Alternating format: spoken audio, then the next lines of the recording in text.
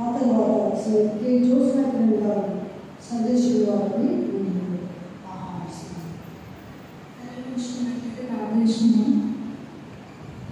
మహోన్నతమైన సర్వశక్తివంతుడ నీ ఘనమైన శ్రేష్టమైన నామమున స్తుతించుకొనిచున్నాము. ఇక్కడ మేమందరం చేరి యమస్మరణ్యాన్ని అనుభవించున్నాము. మీరు ప్రత్యేకంగా మాట్లాడుతూ వస్తున్న ప్రతి మాటను బట్టి నీకు వందనాలు చెల్లిస్తున్నాము. 5వ మాట మాట్లాడుతున్న ఈ సేవకులు మీరు నీ ఆత్మచేత నింపండి, పరిశుద్ధ ఆత్మ వాక్కులే బయలుపరిచి మాకు కావాల్సిన ఆహారం మాకు దయచేయమని మమ్మల్ని మేము సరి చేసుకుని మేము ప్రత్యక్షపరిచి మా జీవితాల్లో మేము నీకు అప్పగించవారిగా ఉండటకు సహాయం దయచేయమని మాట్లాడుతున్న వారితో మేము తోడేయండి. ఆది అంతం నీవే నాయన అనంతరంగా జరిగిస్తూ వస్తామని నమ్ముచు నన్ను నేను తగ్గించుకుంటూ అతి శ్రేష్ఠమైన పరిశుద్ధమైన యేసుక్రీస్తు నామములో వచ్చి నీ ప్రార్థన వేడుకొని పొందినాం కన్నా తండ్రి. Praise the Lord. ప్రభువైన యేసుక్రీస్తు నామములో ఇక్కడ చేరినటువంటి ప్రతి ఒక్కరికి కూడా శుభాకాంక్షలు తెలియజేస్తున్నారు. గమనించినట్లయితే వాక్య భాగంలో నుండి యోహాను సువార్త 19వ అధ్యాయము 28వ వచనాన్ని ఒకసారి చదువుకుందాం. యోహాను సువార్త 19వ అధ్యాయము 28వ వచనం. అటు తరువాత సమస్తమును అప్పటికి సమాప్తమైనదని యేసు ఎరిగి లేఖనము నెరవేరినట్లు నేను దప్పికొనుచున్నానని చిన్న ప్రార్థన చేస్తాను. ప్రేమగల మా తండ్రి దగ్గర మా ప్రభు మీ యొక్క పాదములకు వేలాది వందనములు స్తుతులు చెల్లించుకుంటున్నాం నాయన. దేవా ఈ యొక్క శుక్రవారం ప్రభు మేము సన్నిధిలో చేరి మిమ్మల్ని స్తుతించడం మీరు ఇచ్చిన గొప్ప తరాన్ని యేసయ్యా మీకే స్తుతులు వందనములు చెల్లించుకుంటున్నాం తండ్రి. తండ్రి 5వ మాట మీద తండ్రి వాక్యాన్ని ధ్యానించవచ్చుగా తండ్రి మీరే మాట్లాడమని వేడుకొచ్చున్నాం తండ్రి. తండ్రి యేసయ్యా నన్ను నీ కూడా వాడుకోమని వేడుకొచ్చున్నాం నాయన. యేసయ్య మీకు సన్నిధిలో ప్రార్థన చేసుకుంటున్నాం తండ్రి. నా నోటి మాటలు తండ్రి మీ దృష్టి అంగీకారంగా ఉన్నట్టున్నాయన మీరే సహాయం దయచేయండి. ఈ కొద్ది వేల రక్షకుడైన యేసుక్రీస్తు నామములో ప్రార్థిస్తున్నాం తండ్రి. ఆమేన్. ఇప్పుడు మనం గమనించినట్లయితే ఈ మాట యేసు ప్రభు శిలువలో పలికిన 5వ మాటను మనము గమనించగలం. ఈ మాట ఆవేదనతో కూడినటువంటి మాట. ఇట్స్ లోడ్ ఆఫ్ స్ట్రగుల్ అన్నమాట. ఇక్కడ మనము మొదటి మాట అంటే ఇక్కడ లేఖనము నెరవేరినట్లు ఇక్కడ మన వాక్య భాగాన్ని గమనించినట్లయితే సమస్తము అప్పటికి సమాప్తమైనదని యేసు ఎరిగి, అంటే తను చేయవలసిన పని అంతా కూడా అక్కడికి సమాప్తమైనదని యేసు ఎరిగి ఉన్నాడు. ఈ లోకంలో 3.5 సంవత్సరములు మరి యేసు ప్రభు వారు మరి సువార్త సేవ జరిగించాడు. అనేక ఆత్మలను రక్షించాడు. అనేక మందిని మరి స్వస్థపరచడం జరిగింది. ఆ తర్వాత సిలువలో ఉన్నప్పుడు కూడా మొదటి మాట అక్కడున్న ప్రజలతో పలకడం జరిగింది. తండ్రి మీరేమి చేయించున్నారు, వీరిని క్షమించు. 2వ మాట తనతో పాటు సిలువ వేయబడినటువంటి దొంగలతో పలకడం జరిగింది. 3వ మాట తను కన్న తల్లి తను ప్రేమించిన శిష్యుడి గురించి మాట్లాడడం జరిగింది. ఇక్కడ మనం 4వ మాట మరి తన నా దేవునితో మరి తన యొక్క బంధం తెగిపోతుంది అనే బాధతో మాట్లాడినట్టు మనము గమనించగలం. ఈ 5వ మాట గమనించినట్లయితే ఈ 7 మాటల్లో ఈ 5వ మాట ఒక్కటే యేసు ప్రభు వారు తన గురించి తను మాట్లాడినట్లుగా మనము గమనించగలం. అంటే ఎక్కువ వేదన ఆవేదనతో కూడినటువంటి మాట. ఎంతో శారీరక శ్రమను అనుభవించి మరి ఆ శారీరక శ్రమలో నుండి వచ్చినటువంటి మాటగా మనం ఇక్కడ గమనించగలం అన్నమాట. ఎందుకంటే ఇక్కడ మనం ఈ బైబిల్ గ్రంథంలో కొత్త నిబంధన గ్రంథంలో గమనించినట్లయితే యేసు ప్రభు వారు 2 సార్లు దాహం అడిగినట్లుగా మనము గమనించగలం. మొదటి ఎవరైనా చెప్పగలరా? సమరయ స్త్రీతో. ఫస్ట్ మొదటిగా సమరయ స్త్రీని దాహం ఇవ్వమని అడిగారు. రెండవదిగా చివరిగా సిలువలో మరి దాహము అడిగాడు అన్నమాట. ఇక్కడ సమరయ స్త్రీతో మరి సమరయ మార్గంలో సుకానది ఊరికి వెళ్ళినప్పుడు అక్కడ యాకోబు బావి వద్ద సమరయ స్త్రీని చేరుకోవడానికి వస్తుంది. అప్పుడు యేసు ప్రభు దాహం ఇవ్వమని అడిగారు. ఆ స్టోరీ అయితే మనకు తెలుసు. చివరిగా మరి ఇక సిలువ శ్రమలు అనుభవిస్తూ యేసు ప్రభు వారు దాహం అడిగినట్లుగా మనము నేను తప్పికొనుచున్నాను అనే మాటను మనం ఇక్కడ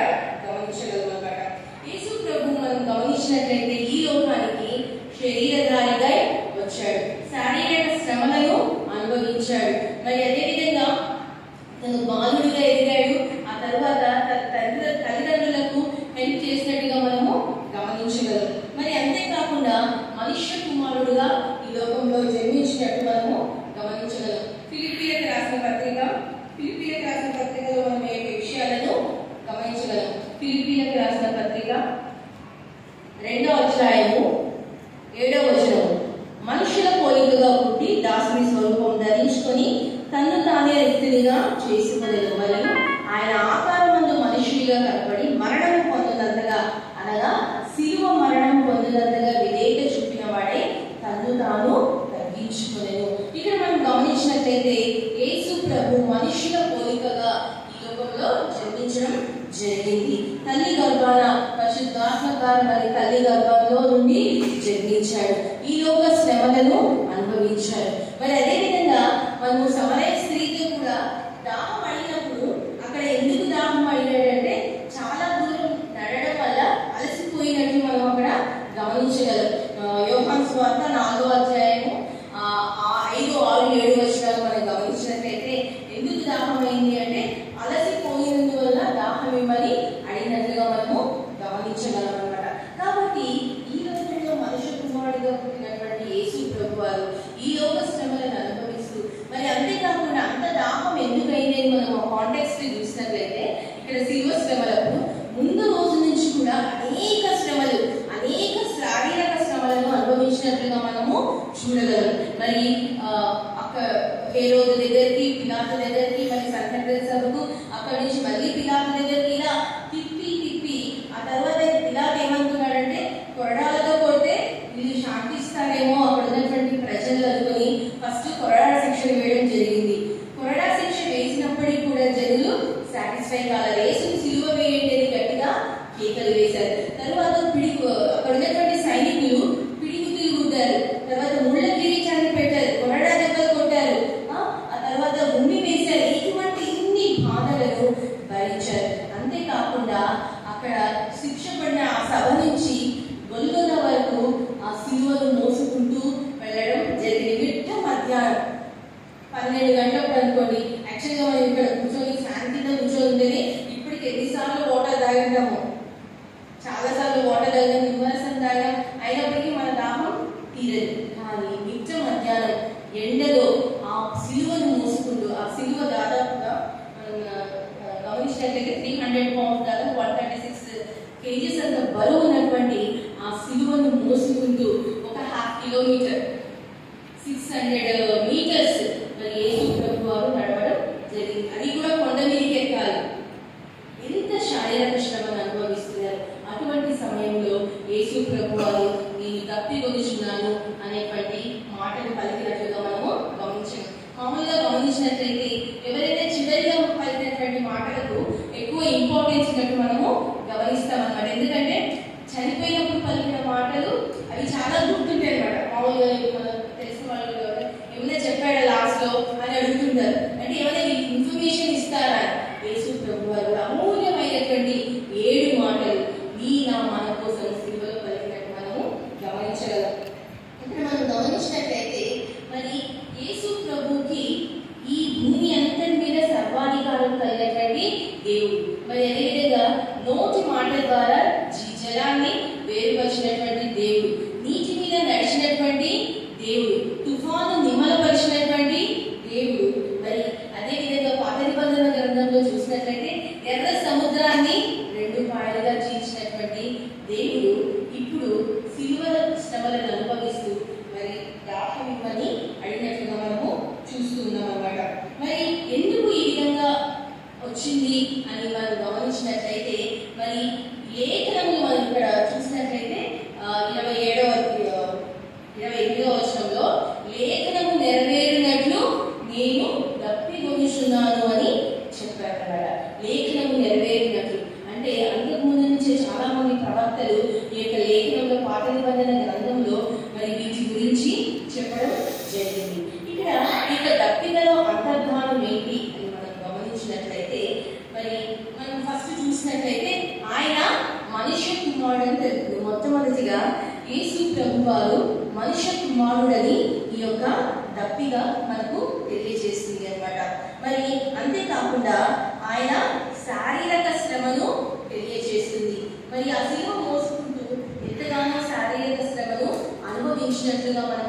చూడగలం.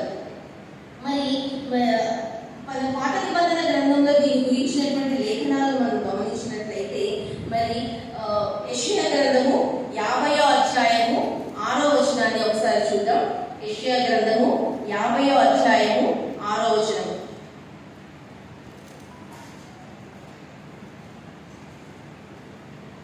కొట్టువానికి నా వీపును అప్పగించుతుంది, వెంట్రుకలు పెరిగివేయు వారికి నా చెంపలను అప్పగించుతుంది, ఉమ్మి వేయువానికి అవమానపరచు వారికి నా ముఖమును దాచుకోలేదు. కాబట్టి ఇక్కడ శారీరక శ్రమలను అనుభవిస్తున్నట్టుగా మనము గమనించగలం. అదే కాకుండా కీర్తనల గ్రంథము 22వ దావీదు కీర్తన 14 నుంచి 16 వచనాలని ఒకసారి గమనిద్దాం. 22వ దావీదు కీర్తన 14 నుంచి 16 వచనం. నేను నీళ్ళ వలె పారబోయబడి ఉన్నాను, నా ఎముకలన్నీ స్థానం తప్పి ఉన్నాయి, నా హృదయము నా అంతరము నుండి మైనం వలె కరుగుచున్నది, నా బలము ఎండిపోయి చిల్ల పేతుల వలె అయ్యాను, నా నాలుక నా దవడను అడ్డుకొని ఉన్నది, నీవు నన్ను ప్రేతల భూమిలోనికి పడవేసి ఉన్నావు. అంటే ఆడ శారీరక శ్రమ ఎంతగా ఉంది అంటే మైనం వలె కరిగిపోతుంది, తనలో శక్తి అంతా కూడా మైనం వలె కరిగిపోతుంది, నా నాలుక నా దవడను అంటుకొని ఉన్నది. అంటే అంతగా మన మామూలు పిడిచి కట్టుకుపోయింది అంటాం కదా. సో ఆ విధంగా దాహం వేయడం వల్ల అంత ఎండలు మరి ఆ యొక్క దవడకు నా నాలుక అంటుకొని ఉంది అనేటువంటి విషయాన్ని ఇక్కడ తెలియజేస్తూ ఉన్నారు. మరి అంతేకాకుండా ఆయన శ్రమల కొలిమిలో కాల్చబడిన వాడి శుద్ధ సువర్ణంగా బయటకు వచ్చినట్టుగా మనము గమనించగలం. ఎందుకు ఇటువంటి శ్రమలు అనుభవించారు అంటే నీ నా పాపముల నిమిత్తమై ఆయన శిలువలో శ్రమలు అనుభవించాల్సినటువంటి అగత్యము ఏర్పడింది. లేఖనములు నెరవేరినట్లు మరి ప్రవచనాలు నెరవేరినట్లు మరి యేసు ప్రభు వారు ఈ విధంగా శిలువ మరణము పొందవలసి వచ్చిందిగా మనము గమనించగలం. అంతేకాకుండా ఎందుకు ఈ దప్పిక పొందాడు అంటే తండ్రి ఎడబాటును కట్టుకొనలేక. ముందు మాట మనం గమనించినట్లయితే నా దేవా నా చేయి ఏడు విడిచితివి అని చెప్తున్నాడు. అంటే తండ్రి ఎడబాటును తట్టుకొనలేక యేసు ప్రభు వారు మరి ఆ యొక్క బాధతో వేదనతో ఈ మాట పలికినట్టుగా మనము గమనించగలం. మరి అంతేకాకుండా ఇక్కడ మనం గమనించినట్లయితే ఆత్మీయ దాహాన్ని కూడా మనము ఆత్మీయంగా ఆత్మల రక్షణ నిమిత్తమై యేసు ప్రభు వారు దాహంతోని ఈ యొక్క చివరి మాటలు చెప్పినట్లుగా మనము గమనించగలం. కేవలం శారీరక శ్రమలు మాత్రమే కాకుండా ఇక్కడ చివరి మాటల్లో ఉన్నటువంటి అంతర్ధానం ఏంటి అంటే ఆయన ఆత్మల భారాన్ని ఆత్మల దాహాన్ని కలిగి ఉన్నట్లుగా మనము గమనించగలం. చనిపోయే సమయంలో కూడా ఒక ఆత్మను రక్షించినటువంటి గొప్ప దేవుడు మన యేసు ప్రభు. మరి పాపికి పశ్చాత్తాపం కలిగించినటువంటి దేవుడు, సిల్వలో దొంగకు పశ్చాత్తాపం కలిగించినటువంటి దేవుడు. మరి ఆ సమయంలో కూడా చివరి నిమిషం వరకు కూడా ఆయన ఆత్మల రక్షణ భారాన్ని కలిగి ఉన్నాడు, ఆత్మల దాహాన్ని కలిగి ఉన్నాడు. కాబట్టి ఆ చివరి క్షణంలో కూడా ఆ దొంగకు మరి పాప క్షమాపణ కలిగి నీవు నాతో కూడా పరదేశంలో ఉండు అనేటువంటి మాట చెప్పడం జరిగింది. కాబట్టి మరి మనం జీవజలాన్ని పొందడానికి యేసు ప్రభు వారు ఈ లోకానికి వచ్చారు. మామూలుగా ఒక మాట, ప్రయాసపడి భారం మోసిన సమస్త వారులారా నా యొద్దకు రండి, నేను మీకు విశ్రాంతిని కలుగజేశాను. అటువంటి భారం మన యొక్క పాప భారాన్ని ఆయన మీద వేసుకొని మనల్ని రక్షించడానికి యేసు ప్రభు వారు ఈ లోకానికి వచ్చాడు. ఆ ఆత్మల రక్షణ దాహాన్ని తీర్చగలిగే వారంగా మనము ఉండాలి అన్నమాట. మరి అంతేకాకుండా మనం గమనించినట్లయితే లూకా సువార్త 16వ అధ్యాయము 19వ వచనం నుంచి ఇక్కడ ఒక స్టోరీ మనం చిన్నప్పటి నుంచి వింటూ ఉంటాం. ధనవంతుడు లాజరు ఇద్దరు చనిపోతారు. ఆ స్టోరీ అయితే నేను చెప్పట్లేదు కానీ ఇద్దరు చనిపోతారు. ధనవంతుడేమో నరకానికి వెళ్తారు, మరి లాజరేమో అబ్రహాముడి పార్శ్వానికి వచ్చినట్టుగా మనం గమనించారు. అక్కడ ధనవంతుడు దాహం అడిగితే దాహం అవుతుంది. కనీసము లాజర్ యొక్క వేలుతో ముంచినటువంటి ఒక డ్రాప్ అయినా నాకు చాలు అంటాడు. కానీ అక్కడ దాహము తీరదన్నమాట. కాబట్టి ఈ లోకంలో ఉన్నప్పుడే మనం యేసు ప్రభువును సొంత రక్షకుడిగా అంగీకరించాలి. నరకంలోకి వెళ్ళిన తర్వాత దేవా నన్ను రక్షించు అంటే మనల్ని రక్షించేవాడు ఎవరు కూడా ఉండదు. కాబట్టి ఆత్మల భారాన్ని మనము కలిగి ఉండాలి. మత్తయి సువార్త 5వ అధ్యాయంలో మనం గమనించినట్లయితే కొట్టగల ప్రసంగాలు 40 రోజుల్లో పాస్టర్ గారు అలాంటి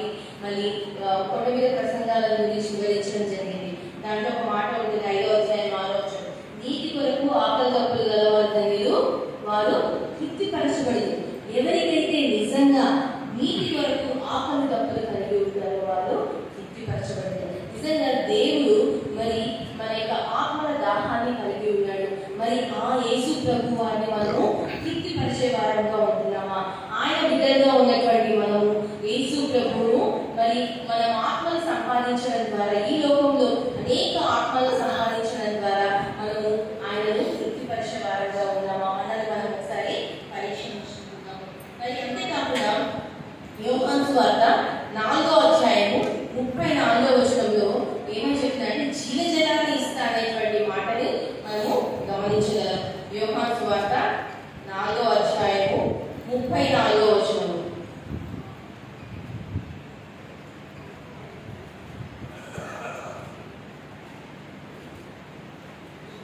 సారీ 14వ వచనము. నేనిచ్చు నీళ్లు త్రాగువాడెప్పుడునూ దప్పికొనడు, నేను వానికి ఇచ్చు నీళ్లు నిత్య జీవమునకై వానిలో ఊరడి నీటి బుగ్గగా ఉండును అని చెప్తారు. సమరస్తున్నటువంటి మాట. కాబట్టి ఆయన ఇచ్చు నీళ్లు త్రాగువారెప్పుడు కూడా దప్పి కొనరు. కాబట్టి మనము జీవజలపు ఊటలు, యేసు ప్రభువు నుంచి జీవజలపు ఊటలు పొందే బిడ్డలుగా ఉన్నామా లేదా మనల్ని మనము పరిశీలించుకోవాలా. నిజంగా ఈ లోక పరంగా అయితే మనం దాహాన్ని తీసుకుంటున్నాం, వాటర్ తీసుకొని లేకపోతే కూల్ డ్రింక్ సంథింగ్ ఏదో తీసుకొని మన యొక్క దాహాన్ని, మన యొక్క శారీరక శ్రమ నుంచి, మన యొక్క శారీరక బాధ నుంచి మనము ఉపశమనాన్ని పొందుతున్నాం. మరి నిజంగా మరి యేసు ప్రభువుకు ఉన్నటువంటి దాహం అనుకుందా, ఆత్మల రక్షణ దాహం అనేది మనకు ఉందా లేదా ఒకసారి మనల్ని పరిశీలన చేసుకుందాం. నిజంగా అటువంటి ఆ భారాన్ని మనము కలిగి ఉండాలి, ఆ యొక్క కాడిని మరి మనము మోసే బిడ్డలుగా ఉండాలి అని మనము గమనించాలి అన్నమాట. మరి ఇక్కడ గమనించినట్లయితే ఇక్కడ ఇంకొక విషయం ఉంది. ఆయనకి చేదు చిరకతో నిండిన పాత్రలో నుంచి ఆయనకు ప్రారంభించినట్టుగా మనం ఇక్కడ గమనించగలం. చిరకతో నిండిన ఒక పాత్ర అక్కడ పెట్టి ఉండేది కనుక వారు ఒక స్పంజి చిరకతో నింపి హిస్సోపు పుడకకు తొలగించి ఆయన నోటికి అందించి, అక్కడ మరి ద్రాక్షారసంలో బోళము కలిపితే అది చేదుగా అయిపోతుందట. మనం గమనించినట్లయితే ఆయన యొక్క మరణంలో బోళను గమనించగలం, ఆయన జననం అప్పుడు కూడా బోళను గమనించగలం. సో ఆయన జీవితంలో చేదును ఆహారంగా తీసుకోవాల్సి వస్తుంది అని కీర్తనకారుడు చెప్పినట్టుగా మనము గమనిస్తాం అన్నమాట. కీర్తన గ్రంథంలో మరి 69వ అధ్యాయము 21వ వచనంలో గమనించినట్లయితే కీర్తన గ్రంథము 69వ అధ్యాయము 21వ వచనము. వారు చేదు నాకు ఆహారంగా పెట్టిరి, నాకు దప్పి అయినప్పుడు చిరకను త్రాగనిచ్చి. ఇది లేఖనముల యొక్క నెరవేర్పు. దావీదు గ్రంథంలో మరి ప్రధాన గాయకునికి దావీదు రాసినటువంటి కీర్తన కొన్ని సంవత్సరాల క్రితమే, కొన్ని వందల వేల సంవత్సరాల క్రితమే ఈ యొక్క ప్రవచనము నెరవేర్పు తర్వాత జరిగినట్టుగా మనము గమనించగలం. మరి ఈ యొక్క ఎందుకు ఈ బోళం కలిగినటువంటి ద్రాక్షారసం ఇచ్చారు అంటే అదేం చేస్తుంది అంటే it's work as a narcotic drug అన్నమాట. అంటే స్పర్శ, నొప్పి తెలియకుండా, ఆ బాధ తెలియకుండా ఉండడానికి వాళ్ళు మరి యొక్క చిరకను, ఆ యొక్క చేదు ద్రాక్షారసమును అందించినట్టుగా మనము గమనించగలం. ఎందుకంటే అది ఉపశమనాన్ని కలిగిస్తుంది. నార్కోటిక్ డ్రగ్స్ అనేవి ఏం చేస్తుంది అంటే శరీరంలో ఉపశమనాన్ని, అంటే ఆ బాధ తెలియకుండా చేస్తుంది. యాక్చువల్గా మా మదర్ కూడా తనకు పెయిన్ రిలీఫ్ కావడానికి ఒక డ్రగ్ వాడతాం, మార్ఫిన్ అని ఒక డ్రగ్ వాడుతున్నాం అనమాట. అదేంటంటే నార్కోటిక్ డ్రగ్. అది ఎంత పెయిన్ ఉన్నా కానీ అసలు బయటికి అంత నిద్ర వస్తుంది అనమాట, చాలా పెయిన్ రిలీఫ్ వస్తుంది. అట్లాంటి నార్కోటిక్ డ్రగ్ ఈ యొక్క ద్రాక్షారసంలో కలిగినటువంటి బోళము ఆ యొక్క ఉపశమనాన్ని కలిగిస్తుంది అన్నమాట. సో అయితే యేసు ప్రభు వారు దాన్ని తీసుకోవడానికి కూడా రెఫ్యూజ్ చేసినట్టు మరి ఇక్కడ మనము మత్తయి సువార్తలో మనము గమనించగలం. చిరకను కూడా అందిపుచ్చుకోలేదు, దాన్ని రెఫ్యూజ్ చేసినట్టుగా మనము గమనించగలం. కాబట్టి ఆయన యొక్క జననంలో బోళాన్ని గమనిస్తాం. చీరు అంటే చాలా క్లిష్ట పరిస్థితుల్లో, చాలా దీనమైన స్థితిలో మరి ఆయన జన్మించడం జరిగింది. ఇక్కడ మరణం కూడా ఆ విధంగానే ఉండినట్టుగా మనము గమనించగలం. మరి అంతేకాకుండా ఇక్కడ హిస్సోపు పుడకతో అందించినట్లుగా ఆ స్పంజిలో చిరకను ముంచి హిస్సోపు పుడకకు తగిలించి అందించినట్లుగా మనము గమనించగలం. ఈ యొక్క హిస్సోపు పుడక అనేది ఏంటి అని మనం గమనించినట్లయితే ఇది పవిత్రపరచుటకు ఉపయోగించేదిగా ఉంది. ఈ కీర్తన 51:7లో గమనించినట్లయితే కీర్తన గ్రంథము 51వ అధ్యాయము 7వ వచనంలో, నేను పవిత్రుడవునట్లు హిస్సోపుతో నా పాపము పరిహరించును.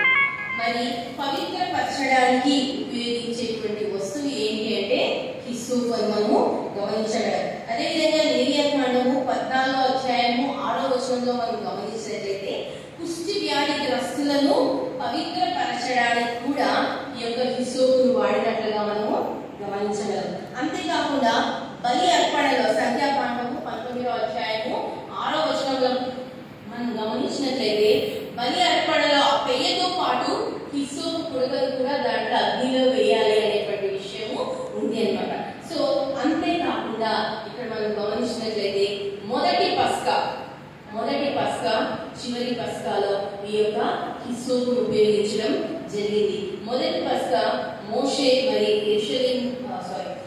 ఐగుప్తు నుంచి మరి తన ప్రజలను బయటికి రప్పించడానికి మొదటి పస్కా వాళ్ళ బలి పశువులు బలి అర్పించి మరి హిస్సోపు పుడకతో ఆ వెలుగుతో దాన్ని ఆ ద్వారబంధముల మీద పూయమని చెప్పినట్టుగా మనము గమనించగలం. అదేవిధంగా చివరి పస్కా మన యేసు ప్రభు వారు బలిగా తను తాను అర్పించుకున్నట్లుగా మనము గమనించగలం. మొదటి పస్కాలో చివరి పస్కాలో ఈ యొక్క హిస్సోపును వాడినట్లుగా మనము గమనించగలం. కాబట్టి మన యొక్క జీవితంలో మనము ఏ విధంగా ఉన్నాం, యేసు ప్రభు వారు చూపించినటువంటి మాదిరి మనం చూపిస్తున్నామా? ఆయన శిలువలో ఉండి కూడా తండ్రి మీరేమి చేస్తున్నారు, వీరిని క్షమించుము అని చెప్పినటువంటి మాటలు మనం జ్ఞాపకం చేసుకున్నాం. సమస్తము తాను తాను ఈ లోకంలో జన్మించింది ఆ యొక్క జన్మకు సార్థకత తీసుకువచ్చి సమస్తము సమాప్తమైనది ఎరిగి ఈ మాట చెప్పినట్లుగా మనము చూస్తూ ఉన్నాం. నేను తప్పి వచ్చినాను, లేఖనము నెరవేరినట్లుగా ఈ మాట చెప్పినట్లు మనము చూస్తూ ఉన్నాం. ఇక్కడ మనం గమనించినట్లయితే మనము ఆత్మల దాహాన్ని మన ద్వారా ఒక్క ఆత్మగా మన జీవితంలో రక్షించబడుతుందా? మన యొక్క లైఫ్ స్పాన్ లో ఎన్ని సంవత్సరాలు బతుకుతామో మనకు తెలియదు. ఈ లైఫ్ స్పాన్ లో కనీసం ఒక్క ఆత్మనైన నీకు నేను మనమందరము రక్షించగలిగితే మనము ధన్యులు. యేసు ప్రభు యొక్క దాహాన్ని తీర్చే బిడ్డలుగా ఆ యొక్క ధన్యత మనకు కలుగుతుంది. కాబట్టి ఆ విధంగా ఉండినట్టు మరి దేవుడు మనకు సహాయం చేయాలి. అంతేకాకుండా ఈ లోకంలో మనం గమనించినట్లయితే నిర్గమాకాండము 15వ అధ్యాయము 23వ వచనంలో గమనించినట్లయితే మారా అనేటువంటి ఆ యొక్క ప్లేస్ లో నీళ్లు వచ్చినప్పుడు ఇశ్రాయేలు ఎవరు కూడా తాగడానికి ఇష్టపడరు. ఆ యొక్క విషయాన్ని మనం గమనిద్దాం. నిర్గమాకాండము 15వ అధ్యాయము 23వ వచనం, మారా నీళ్లు చేదైనవి గనుక వారు ఆ నీళ్లు త్రాగలేకపోయి, అందువలన దానికి మారా పేరు కలిగేది. చేదైన నీళ్లు, పాప జీవితంలో ఉన్నటువంటి చేదైన బ్రతుకును మరి అటువంటి బ్రతుకు మనది. ఇక్కడ గమనించినట్లయితే 25వ వచనం, అతడి మోషే యెహోవాకు మొరపెట్టెను, అంతటి యెహోవా అతనికి ఒక చెట్టును చూపెను, అది ఆ నీళ్లలో వేసిన తరువాత నీళ్లు మధురములాయెను. అక్కడ ఆయన వారికి కట్టడలు వీరు నిర్ణయించి అక్కడ వారిని పరీక్షించారు. అంటే ఆ నీళ్లు తాగడానికి వీలుగా అయ్యాయి. మాన అంటే విషయాలు ఇక్కడ మనము గమనించగలం. పాపంతో నిండినటువంటి మన జీవితము చేదైనటువంటి జీవితం, ఎందుకు పనికిరాని, ఎందుకు విలువలేని జీవితం, చేదైన దాన్ని తినడానికి కానీ తాగడానికి కానీ ఎవరు కూడా ఇష్టపడరు. మనమందరం కూడా స్వీట్ లైమ్ జ్యూస్ తాగుతాం, నిమ్మరసం తాగుతా ఉన్నాము, రసం తాగుతున్నాం. ఎవరైనా దాంట్లో వేపకాయ కలిపిస్తే తాగుతారా? వేపకాయ జ్యూస్ ఇస్తే తాగుతారా? ఈ సమయంలో తాగలేము. చేదు అనేది దేనికి పనికిరాదు. కానీ ఆ యొక్క చేదు జీవితాన్ని, పాపపు ఇష్టమైనటువంటి చేదు జీవితాన్ని మరి ఇక్కడ గమనించాలి. ఆ మారా అనేటువంటి ప్లేస్ లో ఆ నీళ్లలో దేవుడు ఒక చెట్టుని చూపించి ఆ నీళ్లలో వేయమని మోషేకు సెలవిస్తాడన్నమాట. ఆ చెట్టు ఎవరు కాదు, మన ప్రభువైన యేసు యేసుక్రీస్తు. ఎప్పుడైతే చేదుగా ఉన్నటువంటి మన జీవితంలోకి యేసు ప్రభువారు మన సొంత రక్షకునిగా అంగీకరిస్తామో మన జీవితం కూడా ఫలభరితం అవుతుంది. మరి మానా అనేటువంటి స్వీట్ గా మారిపోతుంది. చేదుగా ఉన్నటువంటి మన జీవితము స్వీట్ గా మారిపోయి మరి ఆయన యొక్క సాక్షిగా జీవించే బిడ్డలుగా మనము ఉండగలం.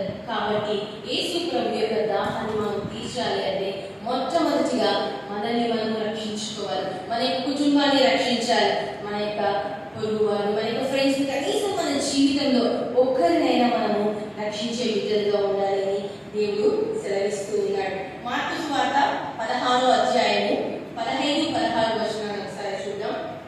మార్కు సువార్త 16వ అధ్యాయము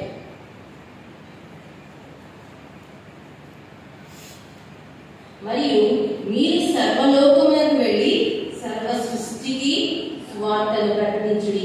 నమ్మి బాప్తిస్మం పొందినవాడు రక్షింపబడు, నమ్మని వానికి శిక్ష విధింపబడు.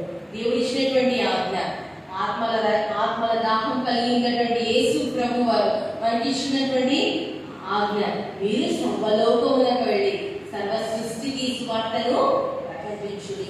సర్వ సృష్టికి వెళ్ళాల్సిన అవసరం లేదు, ప్రపంచమంతా తిరగాల్సిన అవసరం లేదు. మన యొక్క ప్రవర్తన ద్వారా, మన యొక్క మాటల ద్వారా, మన యొక్క బిహేవియర్ ద్వారా కనీసం ఒక్క ఆత్మనైనా రక్షించగలిగితే మనము ధన్యులమే. మరి అంతేకాకుండా అపోస్తల కార్యంలో 1వ అధ్యాయము 8వ వచనంలో కూడా మరి ఈ యొక్క మాటలను చెప్తున్నట్టుగా మనము గమనించగలం.